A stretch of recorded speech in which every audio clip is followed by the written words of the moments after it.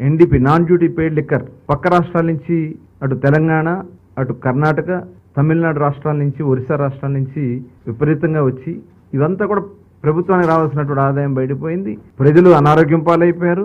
Illicit liquor కూడా విపరీతంగా పెరిగిపోయింది. ఇవన్నీ కూడా పరిశీలించిన తర్వాత గౌరవ ముఖ్యమంత్రి గారు ఒక బెస్ట్ పాలసీ, గతంలో కూడా 94 తర్వాత అప్పుడు ఉన్నటువంటి విధానాల్లో మార్పులు చేసి దేశంలోనే ఆదర్శంగా నిలిచింది. ఆ రోజున దేశంలో ఉన్నటువంటి అన్ని రాష్ట్రాలు వచ్చి ఆంధ్ర రాష్ట్రంలో చూసి ఎలాంటి పాలసీ అమలు జరుగుతుందని ఆ రోజు చూశారు. దాన్ని కూడా దృష్టిలో పెట్టుకుని ఒక బెస్ట్ పాలసీని తయారు చేయడం కోసం మా కమిటీ సభ్యులందరం కూడా డిపార్ట్మెంట్లో కూడా వాళ్ళు కూడా అధ్యయనం చేశారు.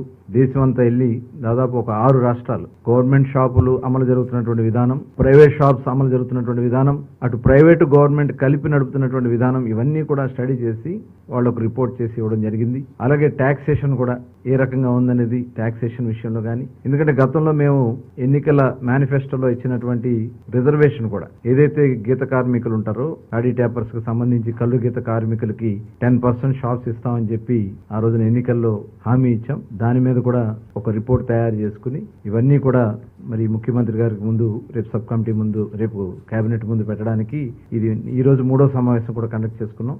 ముఖ్యమంత్రి మొత్తం 4 సమావేశాలు అయినాయి.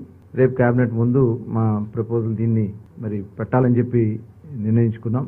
దీనిలో సరసమైనటువంటి ధరలకి నాణ్యమైనటువంటి బ్రాండ్స్ తో ప్రజల ఆరోగ్యాలను కాపాడే విధంగా ఈ పాలసీని డిజైన్ చేయాలని, అలాగే దీనివల్ల ఏంటంటే నార్కోటిక్ విపరీతంగా డ్రగ్స్ కానీ గంజాయి కానీ వాళ్ళు విపరీతంగా యూత్ అంతా కూడా గతంలో బీర్ సేల్స్ కి ఇప్పుడున్న బీర్ సేల్స్ కి 50% పడిపోయింది. కేవలం రేట్లు పెంచడం వల్ల వాళ్ళందరూ కూడా డైవర్ట్ అయ్యి గంజాయికి, డ్రగ్స్ కి వాళ్ళు డైవర్ట్ అయిపోయారు. తిరిగి అవన్నీ కూడా కంట్రోల్ చేయడానికి కూడా మరి దీంట్లో ఈ పాలసీలో కొంత ఈ ఎరాడికేషన్ కి సంబంధించి ఏదైతే మద్యాన్ని నియంత్రణ కోసం రేపు రాబోయే కాలంలో కొంత ఫండింగ్ కూడా దానికోసం ఖర్చు పెట్టడానికి కూడా నిర్ణయించుకోవడం కూడా జరిగింది.